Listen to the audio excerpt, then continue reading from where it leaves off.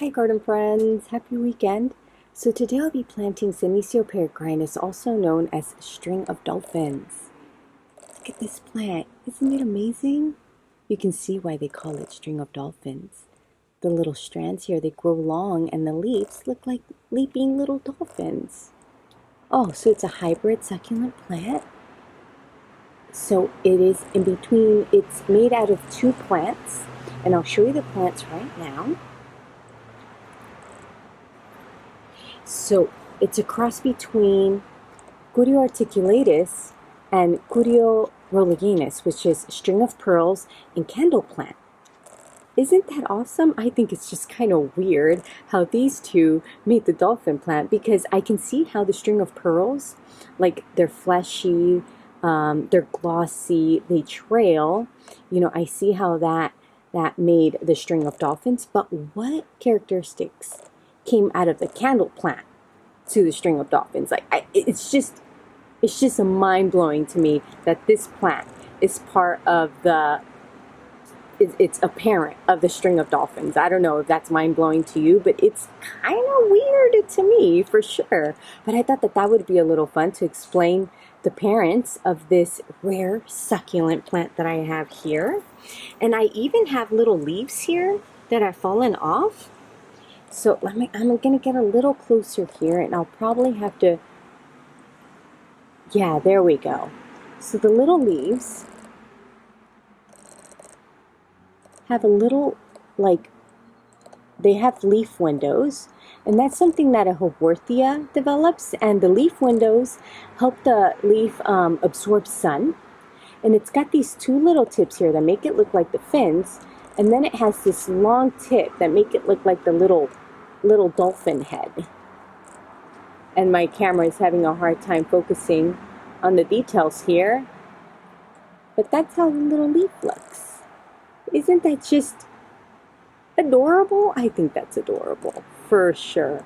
And as the leaf matures, the little dolphin shape becomes more and more stronger and stronger.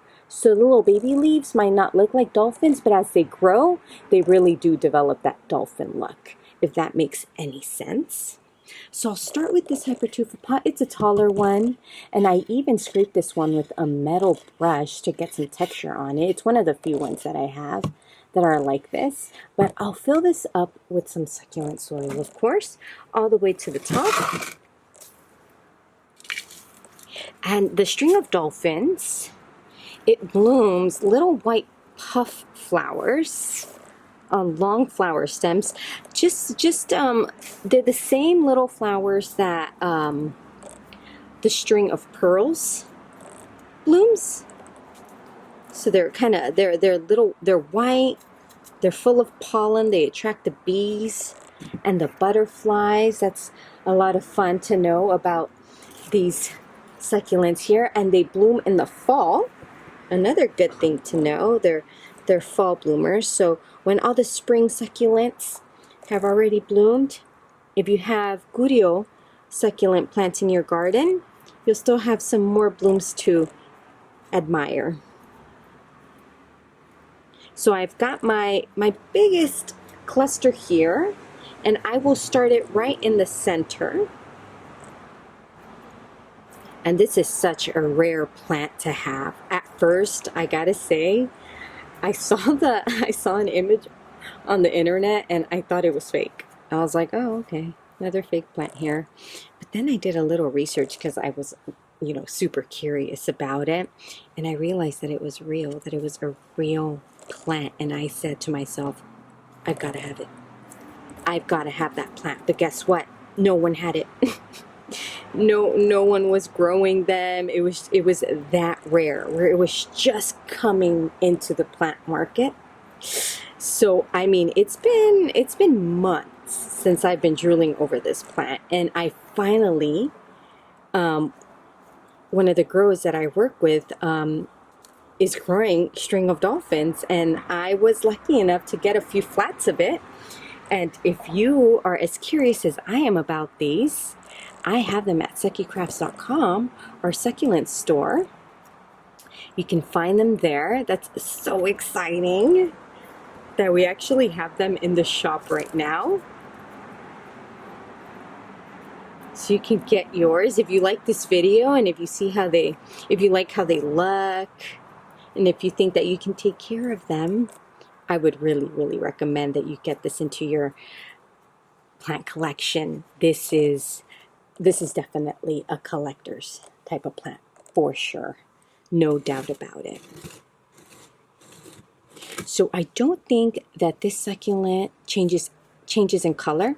Like for example, the string of the ruby necklace, that I just made a video of, that one starts off as the green, the primary color green, and then as you give it more and more sun, it turns purple. I don't think that's the case for this one. I think that it keeps its glossy green color. And I haven't had a ton of experience with it yet, but I have noticed that it's better to keep it a little moist instead of super dry. The stems do tend to dry up pretty fast. And I'm coming here on my last little cluster, but that's important to know. Also, indirect bright light. You don't want to have this in direct sunlight. Not a good idea. It will burn. It is pretty sensitive like that. But a bonus to this plant is that it is suitable to grow indoors, for sure. In a brightly lit room, just like a string of pearls is suitable to grow indoors and outdoors. This is if that's the case for this one as well. So a super bright room would do them well, would be best. No dark room, no dark corner. Plants, I don't think any plants other than like, I don't know, what's a plant that really likes, like not darkness, but low light? Calatheas? I think that house plant likes low light. But something like this, I don't think will do good in a dark little spot. So bright light, keep it moist, not super dry, but not super wet.